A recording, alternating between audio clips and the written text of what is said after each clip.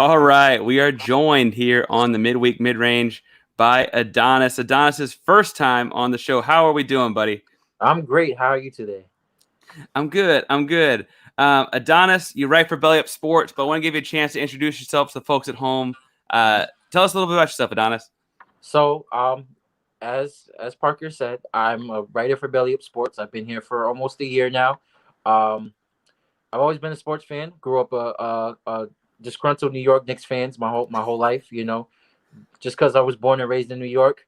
But I'm a really big basketball fan. I'm a writer, author, creator. And I'm just trying to dabble into the space. I follow a lot of the Pelicans. Sometime from time to time, I follow the Knicks, the Lakers, obviously, because I'm a LeBron fan. And I like to write a lot about the youth movement in the NBA and where it's going because that's the new change of the guard, and we have to get used to them at this moment in time. So that's where I am. we have to get used to them. Before we get too far into the pod, you mentioned the youth movement. Anyone who watches this show or watches anything I've been on, or frankly looks too far behind me, understands I'm a big Rockets guy. We are all in on the youth movement. I noticed you've written a lot about KPJ. Talk to us about where the affinity for that goes, because he's kind of been under the. He had a big high school dunk that went viral. He had some problems at USC. He goes to Cleveland, has some problems at Cleveland. He's kind of been under the radar for a long time. And then he had 50 against Milwaukee, and we're like, well, we got one. So tell us a little about KPJ. Okay, so I'm a person that's fond of stories. I think I grew fond of stories. When I was young, with like Kobe Bryant and LeBron James' stories. So when I see KPJ, I gravitated to his life story. Mainly because I can relate to it a lot. Growing up in the city as a young black child, but also because he's so uber talented as a 6'4" guard. Like he's got this James Harden, Gilbert Arenas, Russell Westbrook build, and for me, it was just watching somebody who just they knew they had everything. They just needed to put it together and have someone be able to show it. So I'd like to follow his story and hope that he becomes the talent he really is.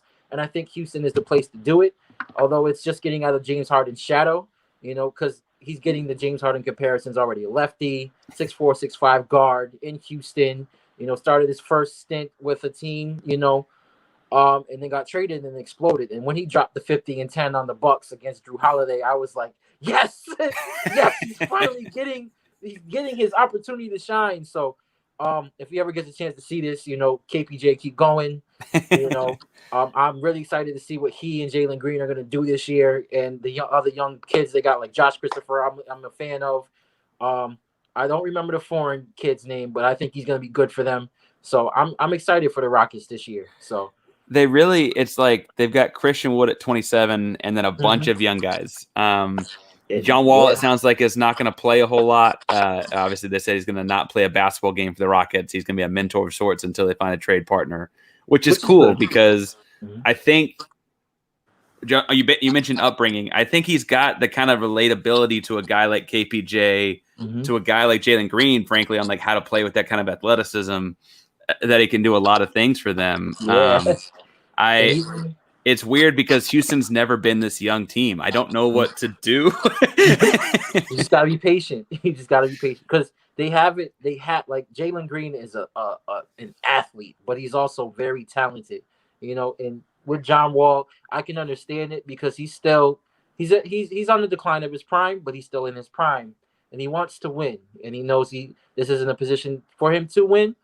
But it's good for him to just stay back, train and just mentor the young guards and the rest of the team until they're ready, until they find a trade partner for him. And it sounds like they're not buying him out, so he's making $44 million to do it. Sounds like a good life. Life. I would love that $44 million. I don't have to work out. I just get to chill, come to practice, hang out, and then I go home. Yeah. We're going to talk a lot about the Pelicans because that's been your team for a while now. And then as a youth movement guy, that actually makes a lot of sense to me. We mentioned the Rockets and KPJ. Are there any other young guys before we dive deep on the Pels that you're really, really interested in, fascinated by, those kinds of things? So I've been a big Devin Booker fan since his rookie season. I love his animosity he plays with, but he's so smooth. Jason Tatum is someone I love to watch. Yeah, obviously a John Morant. Um, Cameron Reddish is another young guy I'm really interested in checking out. A lot of the under the radar guys that have a lot of talent.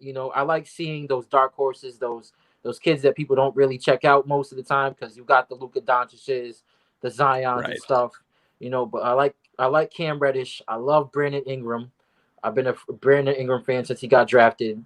And KPJ, Devin Booker. Those are my guys I watch out a lot. So. And KPJ kind of falls almost in the Cam Reddish thing to me. Cam Reddish probably a little bit higher rated guy out of college. He didn't have the same problems in college, obviously, but neither one of those guys has had like the Luka Doncic you mentioned or Zion you mentioned, like consistency kind of like spotlight, but they definitely have had flashes, right? What kind of a player, like what veteran player would we all know that you see Cam Reddish turning into? So I've heard T-Mac comparisons. I see a lot of Paul George. I won't go the Kawhi route just yet. Kawhi is a special talent, but he has a lot of T-Mac qualities. He's got a lot of Paul George qualities, and he got a chance to show it, in like the Eastern Conference Finals. I remember he made a full court pass that I was like, oh my gosh, this kid he's a little different. He just got off injury. Yeah. And as he grows and gets a chance, he'll probably get more opportunity this year, because he was starting until he got injured. So I can see Tracy McGrady. I can see a bit of Paul George in him, a lot of Paul George and T-Mac. So I hope he gets his opportunity. Well, and as a guy that has a T-Mac jersey hanging over there in that closet, like that, if you can stay healthy and be T-Mac, that's a pretty good career. Yeah.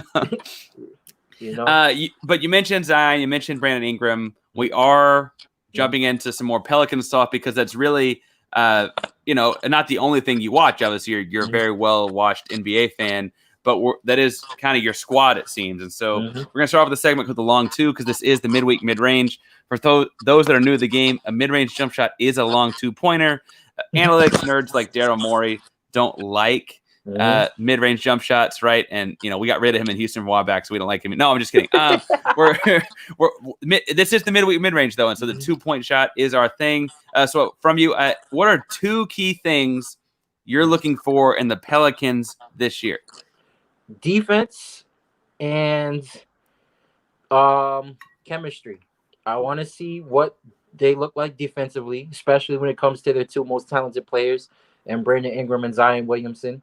And I want to see what their chemistry looks like now that they don't have Lonzo Ball at the point guard, and they have more of a free flowing, allowing them to be more the primary ball handlers. How they handle that. So, we're probably gonna dive into that, because I looked at their media day conversations and stuff. So, those are the two things. Yeah, and we're going to talk more about player personnel, or Zion. You can't not talk about Zion. Talk to me about what do you understand either from media day. You mentioned defense. They've got, I want to call him a young head coach because I remember watching him play, but that might also just show my own age in Willie Green. What is it about him that you're looking for on the defensive end? Because he's a guy we don't know a lot about as a head coach. So, as I was watching him, a lot of it, he spoke about accountability and basically just holding his players accountable on the defensive end. Being a player's coach, being relatable as a player. So I think those are the things that I'll be looking for when it comes to him, and what I noticed out of him, is that ability to be relatable and be a player's coach to them. So I think he had a Golden State background for some time, and then Phoenix background, so he knows how to be a part of a winning team, and that's another thing, winning culture. So those are some things I noticed. He certainly he got to learn under some winners between he was in Golden State for their run from 16 to 19. I mean, that's as good a basketball as we've seen bluntly in my lifetime. And then he was on Phoenix for the last 18 months and where they really turned it around. Obviously, signing Chris Paul helps a lot. Devin Booker coming into his own helps a lot. But he's been around winning basketball, and so it'll be interesting to see how that plays out. Was he, as a fan, your first choice as a coach? Were there anybody you're looking for, or were you excited when you heard it was Willie Green? So I was excited when I heard it was Willie Green. I didn't think Stan Van Gundy fit with the young core that they had. Especially because I grew up a Miami Heat fan as well, and I've heard the stories about Stan Van Gundy. I'm not saying he's a bad coach; he's just not the best coach for this team. But to hear Willie Green, I was looking for possibly a Chauncey Billups. Fortunately, he went to Portland. Um, Someone that was relatable but and young that could really reach out to the young team. So when I heard Willie Green, I was like, oh, this is a great opportunity for him. This might be a great chance for them to spread their wings. I think of like Steve Kerr when he went to Golden State. Yeah. How they didn't burst on the scene. We knew Steph Curry was here, but they exploded and took over the league by storm. So I'm not saying the Pelicans are going to win a championship next year. I'm just saying this is a good course of action. So, well, and if you mentioned Chauncey, you got another guy, and he just turned 40. It looks like as a head coach, recent player. And so you got a lot of the same aspects. He's not a Finals MVP, right? Like as far as his playing career goes, but so I teach and coach as my day job, and I worked with one coach one time, but went around the room asking us how long we'd all played, and like bluntly, none of us had illustrious playing careers, and he was just like, that's not the worst thing in the world. Sometimes the best coaches are the guys that like needed to work harder, weren't naturally talented, what? And then the one guy who had a big playing career, played football in Canada for like 9 or 10 years, like, well then I'm gonna need some help because I was a baller. And we're like, man, shut up. So I do think that there's something to that though, that like just as Willie Green was not the Finals MVP that Chauncey was, I mean, Steve Kerr was not even the third option on the Bulls. He ended up being a pretty decent coach for a while. Greg Popovich played at Army, right? Like it doesn't have to work out like that. I was surprised. I didn't know he was a head coaching candidate this early in his career. I was happy for him. I just didn't know he was looking for it like that. And I agree that I think New Orleans needed to make a move. I just I didn't know that was coming. You mentioned Zion growing into the point role, and that kind of actually segues me into the next segment I had planned, which is Hot Tea Cold Brew, brought to you by Yeti coolers, cups, and koozies. Yeti's the go-to shop for keeping things hot or cold, just like the NBA stories as we're about to heat up the NBA season. Yeti is also based out of Austin, Texas. Check out the links on all our social media handles if you're listening to this for all your insulated needs for tailgating, camping, or daily life. So Adonis, as a first-time guy of the show, Hot Tea Cold Brew is like the idea of that like Kermit meme where it's ooh, hot, like something going on with that. And my first Hot Tea Cold Brew question for you actually stems from this like it felt long anyway, off-season story surrounding Zion. And bluntly, hot tea or cold brew, which one do you think it is, Adonis? Zion is disgruntled. I don't know how to answer this because it's hard. It sounds like hot tea to me, It sounds like something to be very hot on the press. It's like, whoo, this is scary, But I also feel like it's a cold story based on what based off what Zion was speaking about, I think because he told when he was asked the question, he said, I've been waiting for people to ask me this question, because he's like, we're good, we're all cool here, but it's also like this is like a repeat of Anthony Davis. Like it's starting early because they haven't been to playoffs yet. They're a young team and it's his third season now. So it's like hot tea. It's like, oh snap, it's getting the temperature in the room is rising. I'll say that. The pressure is on. If they don't make the playoffs this year, Zion might ask out because there were rumors of him talking about he didn't want to come to New Orleans early on. He didn't like that Lonzo Ball left. There's just conversation stewing, and for me I think it's a media ploy to just cause stir within New Orleans. So I say that's part of the cold brew, but I also say the tea is a little warm, it's a little you want to keep that on your radar. So this is his third coach in 3 seasons. Like these are things to be alarmed with, but also it's not very hot. It's just right. I'll say that. Do you think that Stan Van Gundy probably wasn't the best personality hire for a guy like Zion? I think schematically he actually figured out the point Zion thing. He's a defensive-minded coach, but it's a people business. People matter, and the personalities matter. Do you think that Zion has not just that he is disgruntled, like it sounds like you see reasons he would be. Mhm. Is he kind of right to be for a third head coach in this many years? His point guard in Lonzo gets shifted. Mhm. You know, like is he? They didn't play him a whole lot his first year, right? Is he right? Is he like justified in being disgruntled if he is? I would say yes, and for me, I think of yes, it definitely is a reason to be disgruntled. It's like this organization was promising me the ability to be a winner. He grew up in a winning environment, and he's been losing recently. And that comes with the ups and downs and ebbs and flows of being in the NBA and being a number one draft pick. Not all number one draft picks immediately just start winning. Luka Doncic is having that problem in Dallas. Trae Young had that problem where he was upset. There was a article that came out that he was upset about not winning. And then suddenly he's winning and he's happy. So I think it really is a lot of just losing right now, and winning is going to change that. So I think, yeah, to answer your question, he has reason to be disgruntled. He wants to win, and he wants to win now. And with a generational talent like that, you need to win now, especially with their history with generational talents, aka Anthony Davis, Chris Paul. So he just doesn't want to repeat and waste his career. So it's funny. I feel like I remember them moving to New Orleans. They hadn't been there that long, and you just mentioned three young generational talents that came there.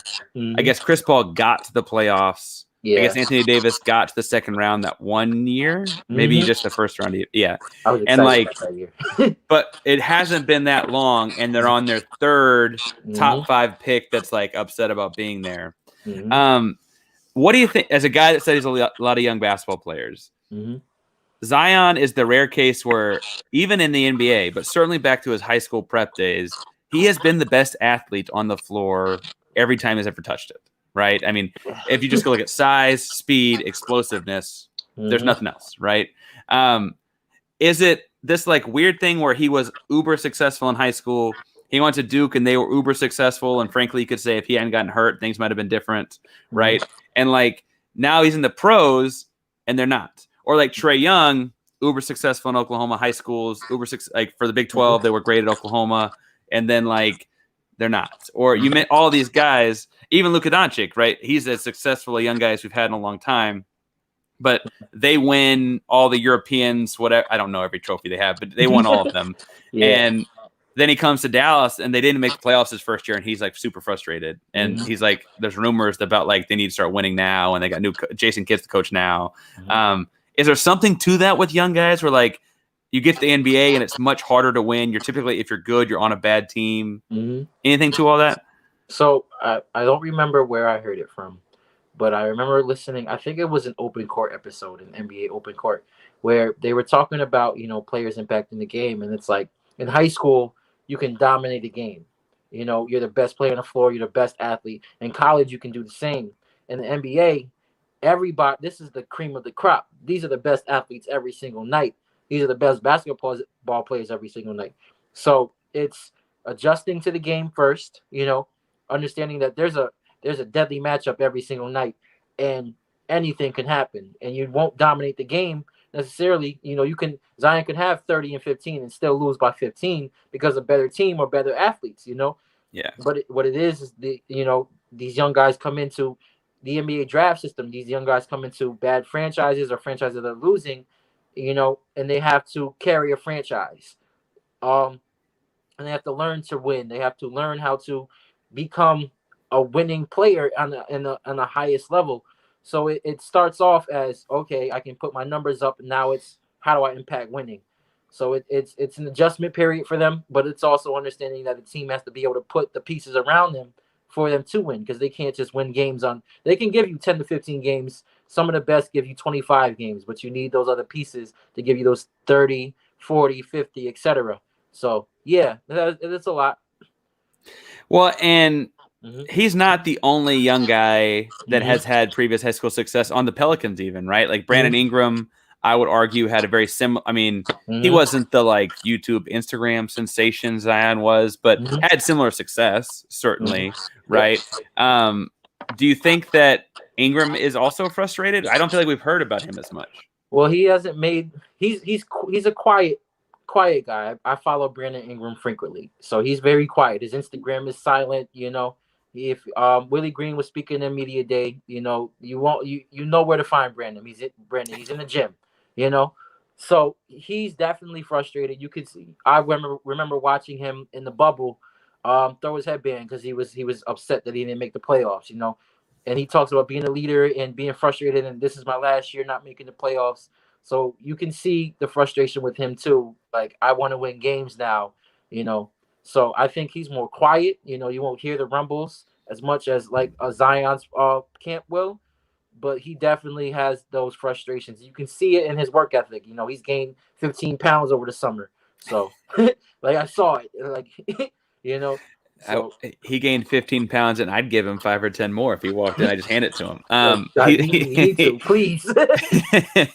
The second hot tea cold brew topic is more about their roster, but it's really about a young guy that just left. For those who are watching the show or listening and have no idea, over the summer they lost Lonzo Ball to Chicago and brought in a young guy named Devontae Graham, who probably should have won Most Improved Player a couple of years ago. Had some decent runs of games, I'll say. I don't want to say entire seasons, but decent runs of games last year in Charlotte as well.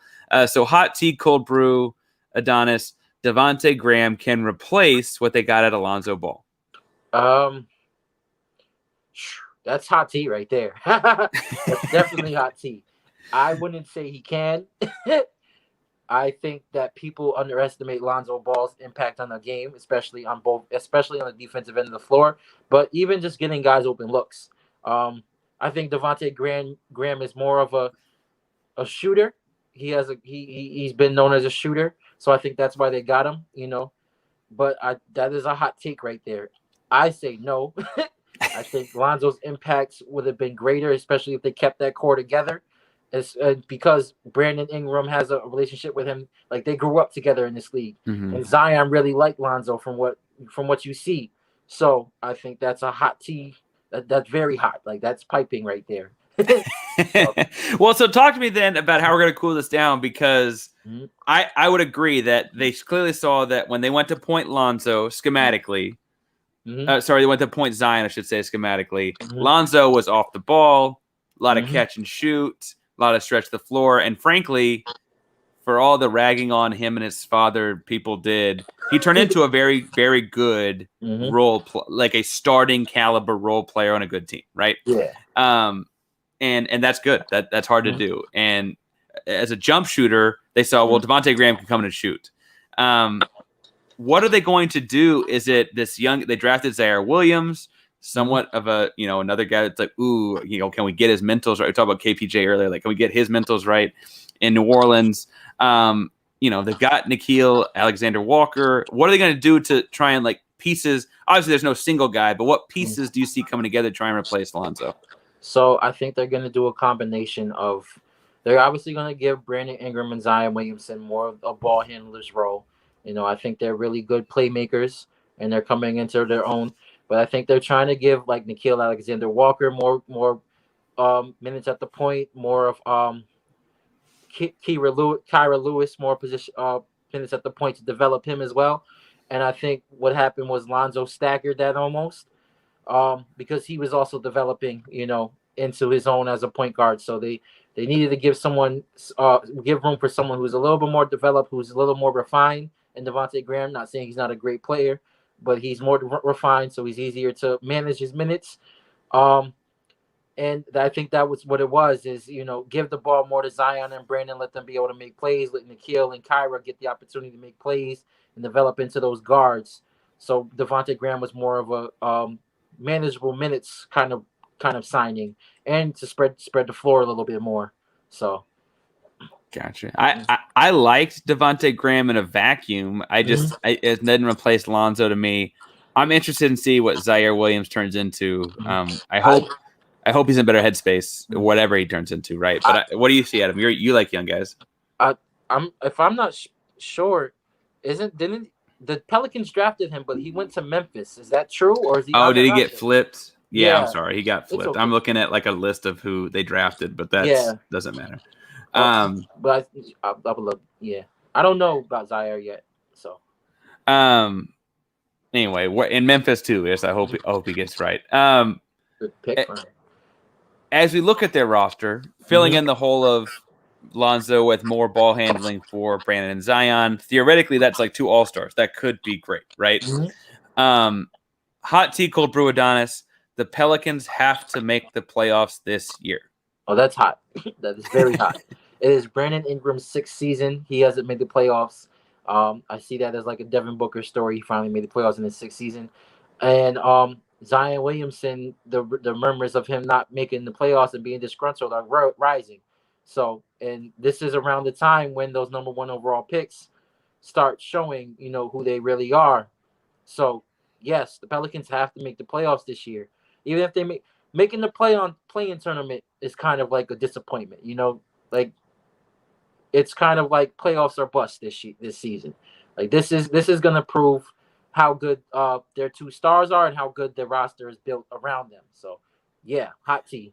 And when you say make the play-in tournament, do you mean like just scraping into the playoffs by like making the 10 seed and like winning 2 games in a weekend and getting in? Or do you mean like they have to get like 8 seed and win the play-in and get it? Like, what do you mean by all that? 6, 7, 8 seed. Like not, if they get into the 6th seed, very good. That's going to be tough in the West. Right. But 7 or 8 seed, 9th or 10th is kind of like, okay, you guys barely made it, so you're like a bubble team at this moment in time. But 7th or 8th is you finally get a taste of what it looks like, make those the 7th or 8th and then win the play-in tournament and get into and experience it. Run into like the Lakers or who's going to be number 2 this year. I think Phoenix might be number 2 because Denver's still waiting on Jamal Murray to come back. So yeah, play against one of those really tough teams and get that experience so that the year after there'll be a 4 or 5 seed potentially. So, well, and frankly, so they've got Brandon Ingram locked up. I just double checked through the summer of 25. I think the bigger thing in the modern NBA is that doesn't really mean much. And maybe it's because I'm a Rockets fan. And we just saw James Harden bluntly say, "I'm out of here," and then he was out the next day. But like realistically, if they don't make playoffs this year and he's upset, he could start asking with 3 years left on his contract next season. And that wouldn't be, it'd be interesting, but it wouldn't be unheard of, right? Like it wouldn't be crazy. They do owe him a lot of money. I didn't realize he was making 30 a year. But I guess when you have so many young guys, you got to pay somebody. So you say they're making the playoffs. My last hot tea cold brew topic is hot tea cold brew. Dave Griffin, I believe, is that he's in charge in some way, shape, form. Yeah. So is David Griffin on the hot seat?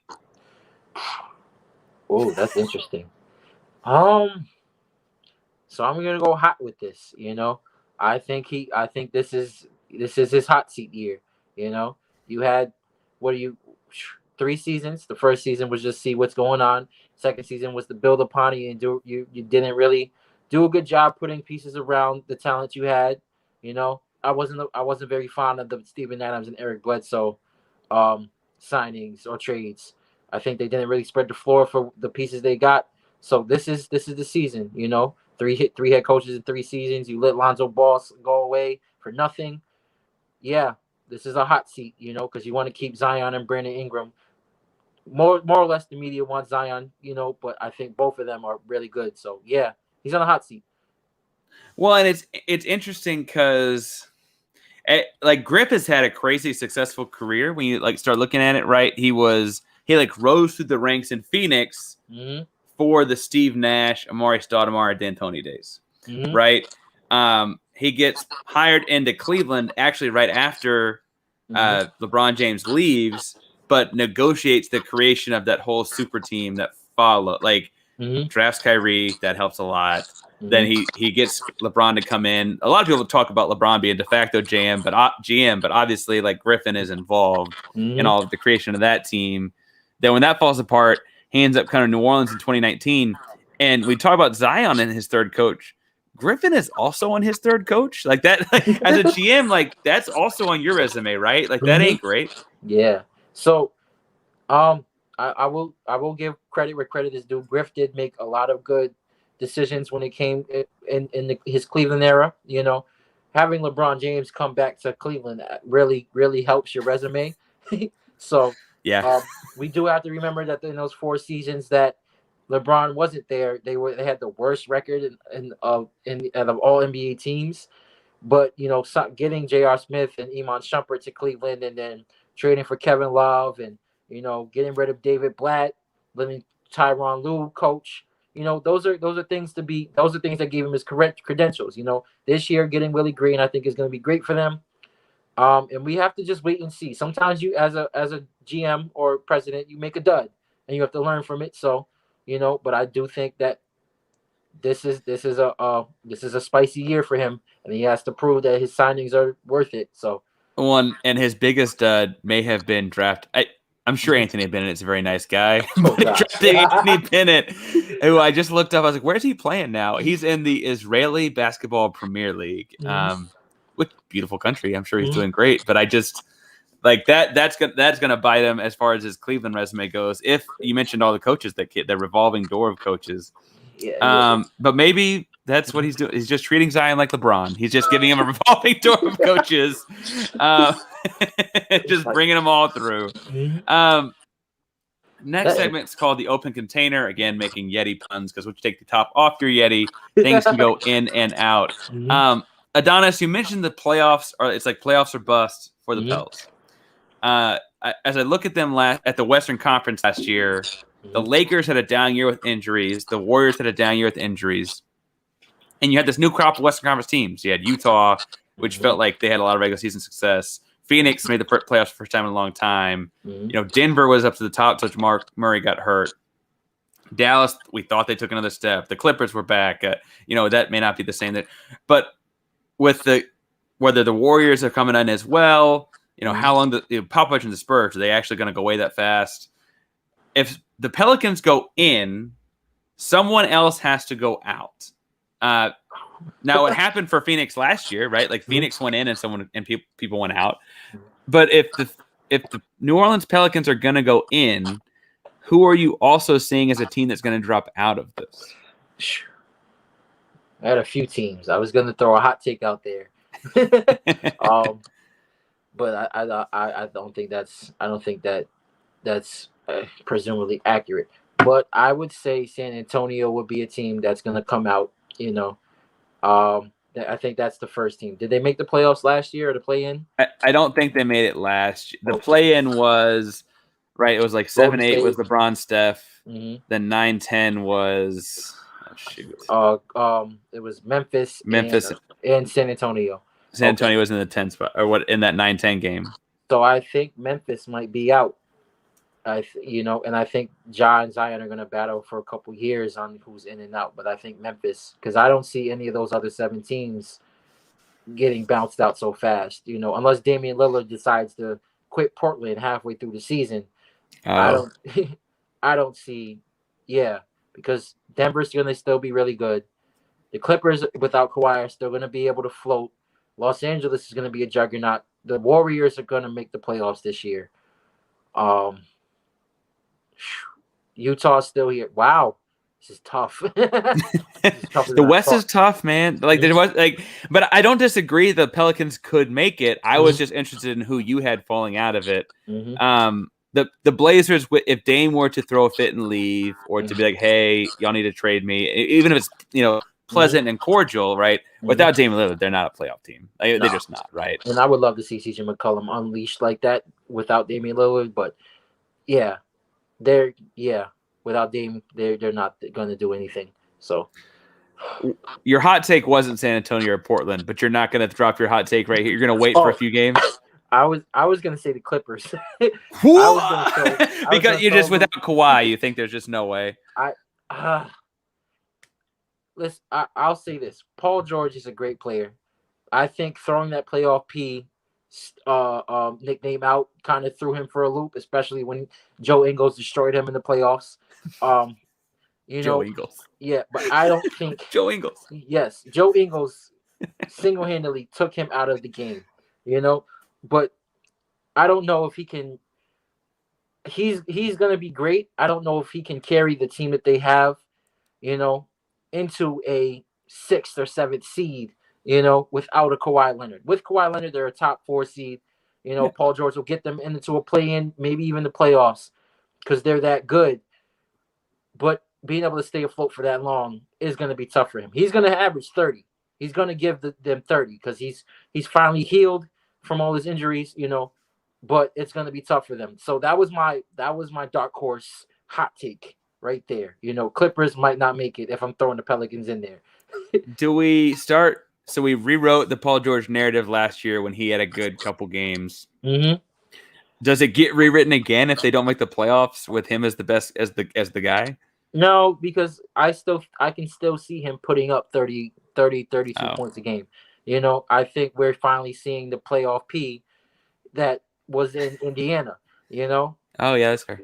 He's finally coming back from those injuries, but it's also I don't think they'll destroy the narrative. I don't think they'll pick him apart as much. I just think that I'm not saying he can't carry a team. I don't think they have the pieces that'll necessarily be able to keep him afloat long enough, depending on how long Kawhi is there, or out. I got you.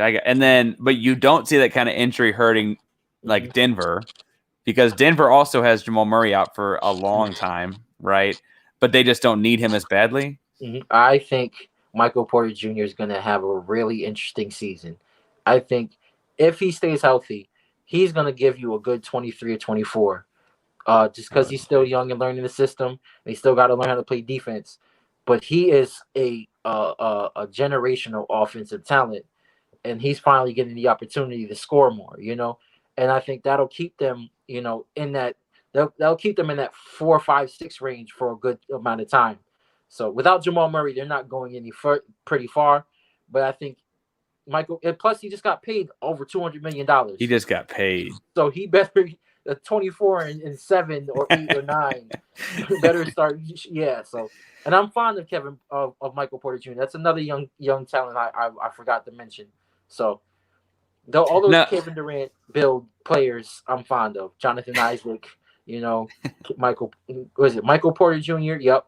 Brandon Ingram, Yeah. So you like the tall, skinny guys that are on the perimeter. I got you.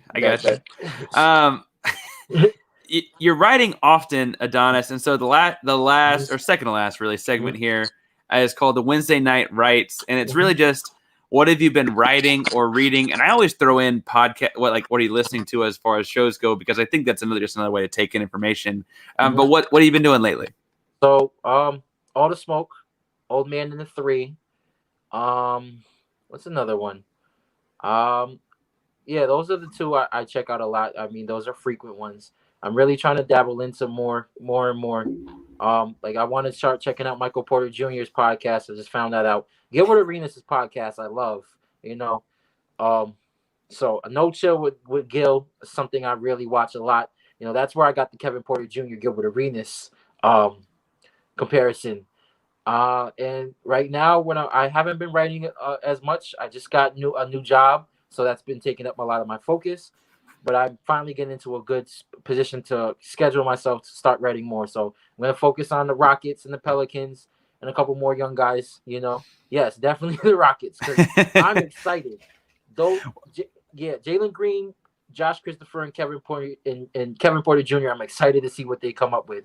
So you mentioned No Chill with Gil. Yep. You mentioned Kevin Porter Jr. and the Rockets. Mm-hmm. I don't want you to give the whole thing away. I want people to go read it. Yeah. But you wrote comparing the two. Yeah. And I hope you mean that he's going to score a lot of points, not that he's going to pull a gun on his teammate in the locker room, right?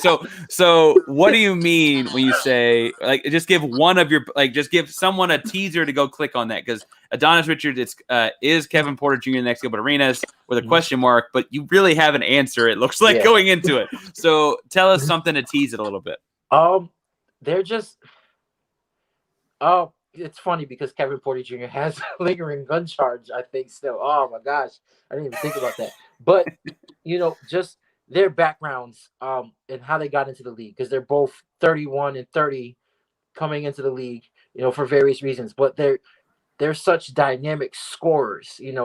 People forget, like Gilbert Arenas' run, he was putting 30 points a game on players. Like he gave Kobe 60, and Kevin Porter Jr. just gave Drew Holiday 50. So they're both 6'4" guards, combo guards that can score anywhere on the floor. And that's the comparison I was giving them. You hear the James Harden, the Russell Westbrooks, but Gilbert Arenas started that big guard, scoring all the time. You know, he started that generation. So I just wanted to give that comparison because it's a take people don't really see.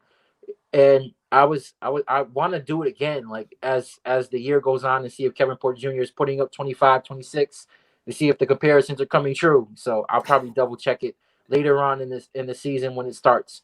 So yeah, go check out that article. You know, see what it looks like. It's a really hot take. You know, I think that's a hot tea take right there. So we'll get when we talk about the Rockets. If I come back on here, I would love to come back on here and talk about the Rockets. We'll For make sure. that a hot tea take. For sure. Mhm. I didn't really think of, so Mhm. again, trying to check out stuff for the show. I didn't realize in memory, I guess they wore a lot baggier clothes back then, that Gil was 215 pounds. Like he Wow. really was, Mhm. kind of thicker like that. I didn't really click on me until Mhm. you said that. And like Kevin Porter Jr. is, I guess, a little bit longer, but Mhm. he's a strong kid. He's He a is really big. strong kid. Mhm. And it's just an interesting comparison. I'm not going to keep talking about it. I need people to go check it out. It's a good time. Mhm. The stuff I've written has been with the school year, again, school teacher, with school year starting, it's been most of my weekly Rockets deal. I did write about Highly Questionable getting canceled the other day. Mhm. I like Dan Le Batard and Highly Questionable. I liked that it was a bunch of different looking people always talking and having fun about talking about and having fun with sports. Mhm. I thought that was an important show on ESPN, and I hope they do something similar in Mhm. replacing it. But anyway, that it was just a good show. All right, Adonis, the real last thing here, and you've had a couple takes already, Mhm. but it's called the buzzer beater because the shot clock is 24 seconds. Mhm. And so with the buzzer beater, I time 24 seconds, Mhm. and you get, if you would like it, 24 seconds to get off a take. You got 24 seconds to say whatever outlandish, however crazy you want it, but you got 24 seconds to defend it. Do you I got gotta anything? think. Let me think before I start because I have to. Shoot. What is a hot take I'm interested in right now? Oh my goodness, you got me on the hot seat, and I'm confused. Well, I can go first. Mm-hmm. My 24-second take, and I'm already going, is that you need to watch Candace Parker play basketball. We're about to see Sue Bird retire, if not soon, very, very soon.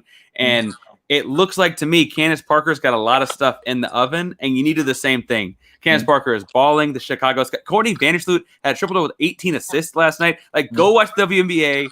Go watch the Chicago Sky. That's a really fun league. And that's my 24 seconds. Okay. All right. You got something? Yeah. All right. I'm gonna hold it up so I had it down here. I can see it. I'm gonna hold up the screen in a second. Okay. Mm-hmm. 3, 2, 1, go. Okay. Ben Simmons is either going to Portland or the Minnesota Timberwolves this season. Yeah. Ben is obviously disgruntled and he wants to get out. And I think halfway through the season, Damian Lillard is going to say, I don't want to be in Portland anymore. And they're going to make a swap. Or Minnesota is going to come in at the last hour and get Ben Simmons for D'Angelo Russell and a young guy package. So that's my hot take. Ooh. The Minnesota Timberwolves. What'd you think of, you've been watching Media Days, what'd you think of Karl Anthony Towns in Media Day?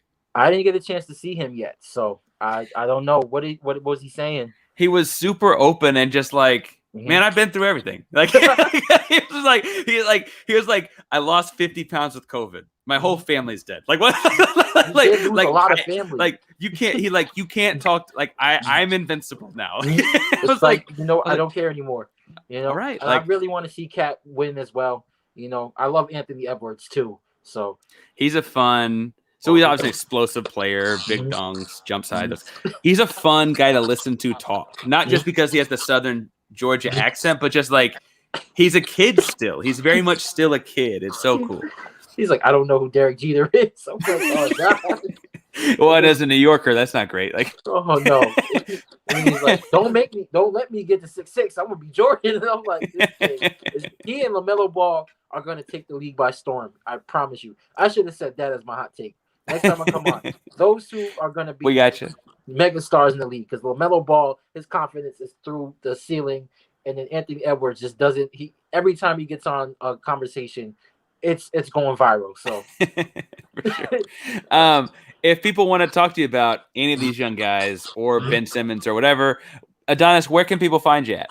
So, I'm on Twitter at Adonis Richards. I'm getting into the Twitter space more and more.